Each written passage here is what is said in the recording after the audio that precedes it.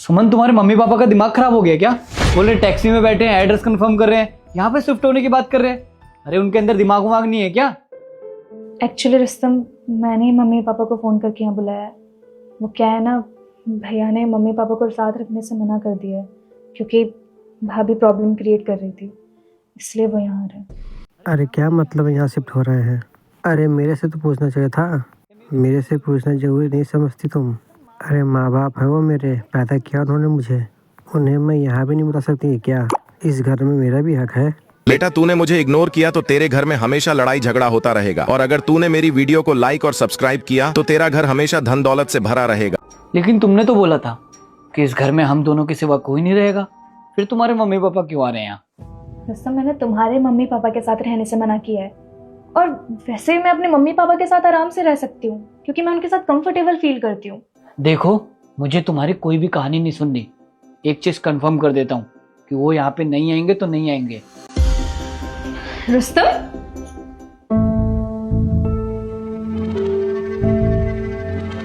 रुस्तम, तुम खुद सोचो, जब मेरे मम्मी पापा को मेरे भाई ने घर से बाहर निकाल दिया तो एक बेटी होने के नाते मेरा फर्ज बनता है ना कि मैं उन्हें अपने साथ रखूं।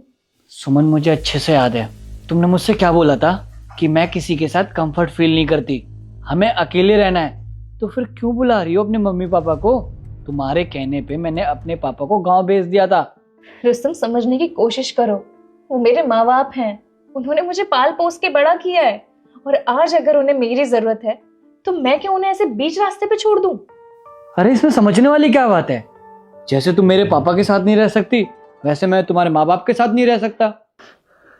रुस्तम प्लीज समझने की कोशिश करो, मेरे मम्मी पापा बहुत बूढ़े हो चुके हैं।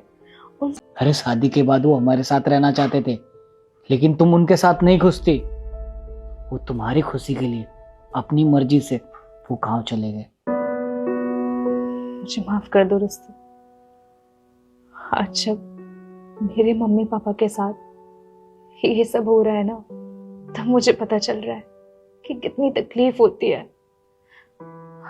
आज मुझे एहसास हो रहा है कि मैंने तुम्हारे साथ कितना गलत किया, जो मुझे कभी नहीं करना चाहिए था। आज खुद पे बीती तब पता चला। काश उस वक्त तुम समझ पाती कि मैं क्या फील कर रहा था।